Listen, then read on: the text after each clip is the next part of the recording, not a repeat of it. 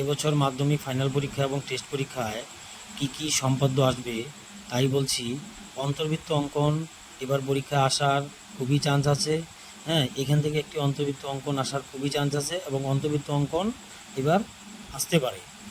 এরপর দেখো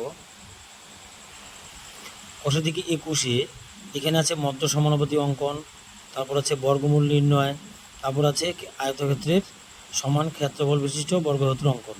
এই তিনটি পার্ট থেকে একটি আসার খুব চান্স আছে, মধ্য সমানুপাতি অঙ্কন, বর্গমূল নির্ণয় এবং আয়তক্ষেত্রের সমান বর্গক্ষেত্র অঙ্কন। তার মধ্যে একটা জিনিস দেখো, মধ্য সমানুপাতি অঙ্কন আর বর্গমূল নির্ণয় প্রায় একই, শুধু একটু আলাদা আছে বর্গমূল নির্ণয়ের ক্ষেত্রে।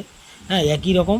আর আয়তক্ষেত্রের সমান ক্ষেত্রফল বিশিষ্ট বর্গক্ষেত্র অঙ্কন এটিও খুব ইম্পর্টেন্ট পরীক্ষায় আসার, এবং বর্গমূল নির্ণয় খুব ইম্পর্টেন্ট। এগুলি ভালো করে দেখে রাখলে তোমাদের এবার পরীক্ষায় সম্পাদ্য আশা করি এখান থেকে আসবে, তোমরা ভালো করে দেখে রাখতে পারো। আর পরবর্তীতে ভিডিওতে অন্য কী অঙ্ক আসবে তা নিয়েও আমি ভিডিও নিয়ে আসছি।